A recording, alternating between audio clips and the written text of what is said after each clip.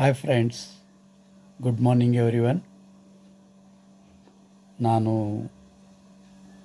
ಯೂಟ್ಯೂಬ್ನಲ್ಲಿ ಮೊದಲನೇ ಸರ್ತಿ ಫೇಸ್ ಟು ಫೇಸ್ ಬಂದು ಮಾತಾಡ್ತಾ ಇದ್ದೀನಿ. ನನ್ನ ಲ್ಯಾಂಗ್ವೇಜು ಮರಾಠಿ, ಕನ್ನಡ, ಹಿಂದಿ ಮೂರು ಮಿಕ್ಸ್ ಆಗಿ ಯಾವುದು ಕ್ಲಿಯರಾಗಿ ಮಾತಾಡೋಕ್ಕೆ ಸಾಧ್ಯ ಆಗಂಗಿಲ್ಲ. ಅದಕ್ಕೆ ಲ್ಯಾಂಗ್ವೇಜ್ ಮೇಲೆ ಹೋಗ್ಬೇಡ್ರಿ. ನಾನು ಹೇಳೋದು ಏನಂದರೆ,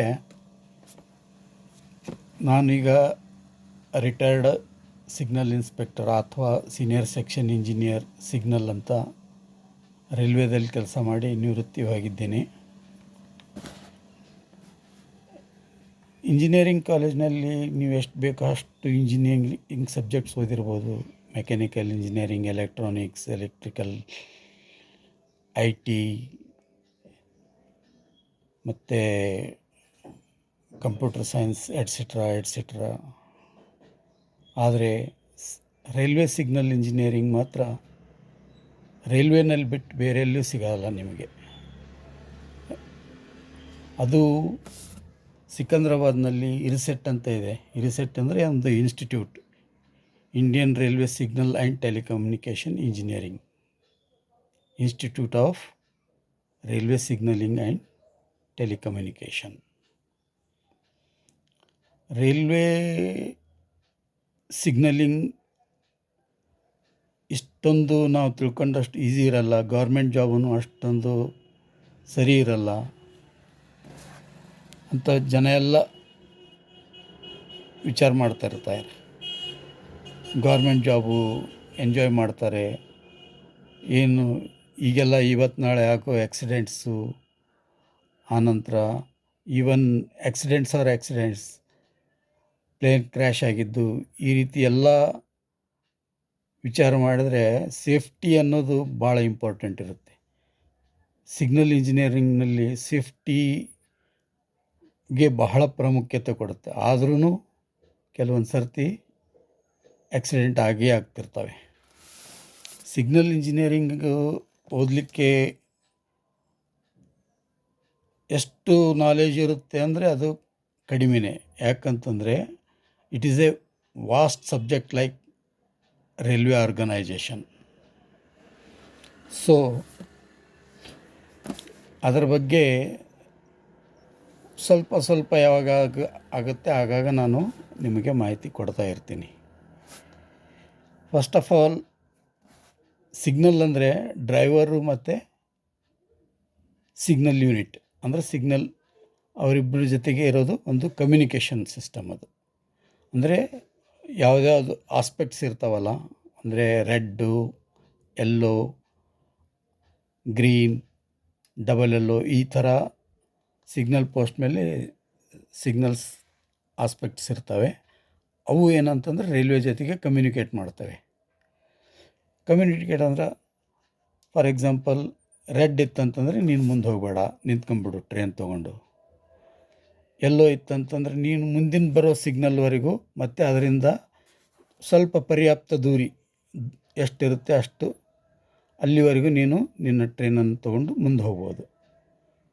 ಅದರಂಗೆ ನೆಕ್ಸ್ಟ್ ಏನಂತಂದರೆ ಡಬಲ್ ಯೆಲ್ಲೋ ಅಂದರೆ ಅದು ಎಲ್ಲ ಕಡೆ ಇರೋಂಗಿಲ್ಲ, 4 ಆಸ್ಪೆಕ್ಟಿನವು. ಯಾವಾಗ ನೆಕ್ಸ್ಟ್ ಸಿಗ್ನಲ್ ಡಿಸ್ಟೆನ್ಸ್ ಕಡಿಮೆ ಬರುತ್ತಲ್ಲ, ಆ ಟೈಮ್ನಲ್ಲಿ ಇನ್ನೊಂದು ಆಸ್ಪೆಕ್ಟ್ ಇಂಟ್ರೊಡ್ಯೂಸ್ ಮಾಡ್ತಾರೆ. ಅಟೆನ್ಷನ್ ಅಂತಾರೆ ಅದಕ್ಕೆ. ಅಂದರೆ ನೀವು ನೆಕ್ಸ್ಟ್ ಸಿಗ್ನಲ್ ಏನಂತಂದ್ರೆ ನಿಂದ್ರಲಾರ್ದೇ ಮುಂದೆ ಹೋಗ್ಬೋದು. You have to proceed up to next signal. You may get a next signal as a with route or plain. Yellow means you have to pass the next signal. ಇದೆಲ್ಲ ಬೇಗನೆ ಅರ್ಥ ಆಗೋಲ್ಲ. ಇದೇನಂತಪ್ಪ, ಇದೆಲ್ಲ language technical words ಅವು ಇವು ಇಂಥವ್ರದ್ದು. ಇದೆಲ್ಲ ಸಿಂಪಲ್ಲಾಗಿ ಹೇಳೋದಂದರೆ ಸ್ವಲ್ಪ ಕಷ್ಟ ಆಗುತ್ತೆ. ನಾವು ಓದಿದ್ದೆಲ್ಲ ಇಂಗ್ಲೀಷು ಅಥವಾ ಹಿಂದಿ ಇಂಥದ್ರಲ್ಲಿ ಓದಿರಬೇಕು. ಕನ್ನಡದಲ್ಲಿ ಮಾತಾಡ್ತಾ ಇದ್ದೀನಿ. So it's A very difficult. ಆಮೇಲೆ ರೈಲ್ವೆ ಸಿಗ್ನಲ್ ಇಂಜಿನಿಯರ್ಸ್ ಏನಿರ್ತಾರಲ್ಲ, ಅವ್ರ ಹತ್ರ ಯಾವುದೇ ಇಂಜಿನಿಯರಿಂಗ್ ಡಿಗ್ರಿ ಅಥವಾ ಡಿಪ್ಲೊಮೊ ಏನೇ ಇರಲಿ, ಆದರೆ ಅವ್ರಿಗೆ ಎಲ್ಲ ಇಂಜಿನಿಯರಿಂಗು ಅದನ್ನಲ್ಲಿ ಅಪ್ಲೋಡ್ ಮಾಡಬೇಕಾಗುತ್ತೆ. ಅಂದರೆ ಅದನ್ನೇ ಅಪ್ಲೈ ಮಾಡಿಕೊಂಡು ಅಭ್ಯಾಸ ಮಾಡ್ತಾನೆ ಇರ್ತಾರೆ. ಅಂದರೆ ತಮ್ಮ ನೌಕರಿ ಅಥವಾ ತಮ್ಮ ಕೆಲಸವನ್ನು ಮುಂದುವರಿಸಬೇಕಾಗುತ್ತೆ. ಫಾರ್ ಎಕ್ಸಾಂಪಲ್, ನೀವು ಯಾವುದಾದ್ರೂ ಒಂದು ಸ್ಪ್ಯಾನರ್ ತೊಗೊಂಡು ನಟ್ ಟೈಟ್ ಮಾಡ್ತೀರಿ ಅಥವಾ ಲೂಸ್ ಮಾಡ್ಬೋದು ಸ್ಪ್ಯಾನರ್ಲಿಂತ. ಆದರೆ ಕೆಲವೊಂದು ಸರ್ತಿ ಇಲ್ಲಿ ನಮ್ಮ ನಟ್ ಬೋಲ್ಟ್ಸ್ ಇಷ್ಟೊಂದು ಜಟಿಲವಾಗಿರುತ್ತೆ. ಅಂದರೆ ನಾವು ಸ್ಪ್ಯಾನರ್ಲಿಂದ ಅಥವಾ ಬೇರೆ ಯಾವುದೇ ಇದರಲಿಂದ ಆಗಲಾರ್ದೆ ಒಂದು ಸುತ್ತಿಗೆ ಅಥವಾ ಉಳಿ ಎರಡೊಂದು ತಗೊಂಡು ಅಥವಾ ಇನ್ನೊಂದಕ್ಕೆ ಏನೋ ಅದು ಲೋಹದ ಒಂದು ಯಾವುದಾದ್ರೂ ಒಂದು ಕಬ್ಬಿಣದ ವಸ್ತು ತೊಗೊಂಡು ಅದನ್ನು ಲೂಸ್ ಮಾಡಬೇಕಾಗುತ್ತೆ ಅಥವಾ ಟೈಟ್ ಮಾಡಬೇಕಾಗುತ್ತೆ ಇಂಥವೆಲ್ಲ. ಆಮೇಲೆ ಕರೆಕ್ಟಾಗಿ ಸ್ಪ್ಯಾನರ್ಗಳು ಟೈಮಿಗೆ ಸಿಗಲಿಲ್ಲ ಅಂತಂತಂದರೆ ನಾವು ಅದಕ್ಕೆಲ್ಲ ಅಡ್ಜಸ್ಟ್ ಮಾಡಿಕೊಂಡು ಏನಾರು ಮಾಡಿ ಹೇಗಾದರೂ ಮಾಡಿ ಪ್ರೆಷರೈಸ್ ಜಾಸ್ತಿ ಇರುತ್ತೆ ಕೆಲಸ ಮಾಡ್ಬೇಕಾದ್ರೆ. ಅದೇಂಗೆ ಪ್ರೆಷರೈಸ್ ಅಂದ್ರೆ ಸಿಗ್ನಲ್ಲು ಏನಾದರೂ ಫೇಲ್ ಆಯ್ತಂದರೆ ನೆಕ್ಸ್ಟ್ ಏನಾಗುತ್ತಂದ್ರೆ ಅದರಿಂದ ಎಷ್ಟೋ ಟ್ರೈನ್ಗಳು ನಿಂತುಬಿಡ್ತಾವೆ. ಆಮೇಲೆ ಅದು ಒಂದು ಪ್ರೆಷರ್ ಇರುತ್ತೆ. ಆಮೇಲೆ ಸಿಗ್ನಲ್ನ ರಿಪೇರಿ ಮಾಡೋದು ಅದೊಂದು ನೆಕ್ಸ್ಟ್ ಅದೊಂದು. ಈ ರೀತಿ ಫುಲ್ ಕಾನ್ಸಂಟ್ರೇಷನ್ ಎಲ್ಲ ಒಂದೇ ಕಡೆ ಹಾಕೋಕ್ಕಾಗಂಗಿಲ್ಲ. ಮೈಂಡ್ ಭಾಳ ಕಾಮ್ ಇಟ್ಟು ಕೆಲಸ ಮಾಡಬೇಕಾಗುತ್ತೆ. ಅಂದರೆ ಶಾಂತ ರೀತಿಯಿಂದ ಎಲ್ಲ ಕೂಲ್ ಮೈಂಡ್ಲಿಂದ ಕೆಲಸ ಮಾಡಿ ಮುಂದುವರಿತಾರೆ. ಸೊ ಸಿಗ್ನಲ್ ಇಂಜಿನಿಯರಿಂಗ್ದು ನೀವು ತಿಳ್ಕೊಂಡಷ್ಟು ಈಸಿ ಇರಲ್ಲ. ಅದನ್ನು ವಿಸ್ತಾರವಾಗಿ ನಾನು ಒಂದೊಂದು ಮುಂದೆ ಬರುವ ವೀಡಿಯೋಸ್ಗಳಲ್ಲಿ ಕ್ಲಿಯರ್ ಮಾಡ್ಕೊತಾ ಹೋಗ್ತೀನಿ. ಆಮೇಲೆ ಈಗ ಹೇಳಬೇಕಂದ್ರೆ ರೈಲ್ವೆ ಆರ್ಗನೈಜೇಷನ್ನು ಭಾರತದಲ್ಲಿ ಅತಿ ದೊಡ್ಡ ಆರ್ಗನೈಜೇಷನ್, ಗೌರ್ಮೆಂಟ್ ನಡೆಸ್ತಾ ಇರೋದು. ಗೌರ್ಮೆಂಟ್ ರೈಲ್ವೇಸ್ ಅಂತಂದರೆ ಸೆಂಟ್ರಲ್ ಗೌರ್ಮೆಂಟ್ ರೂಲ್ಸ್ ಎಲ್ಲ ನಿಮ್ಗೆ ಗೊತ್ತಿರಬೇಕು. ಕೆಲಸ ಮಾಡ್ತಾ ಇದ್ದಾಗೂ ನಮಗೆ ಅರ್ನಿಂಗ್ ಅಷ್ಟಕ್ಕೊಂದು ಇರಲ್ಲ, ಅಂದರೆ ಲಿಮಿಟೆಡ್ ಅರ್ನಿಂಗ್ಸ್.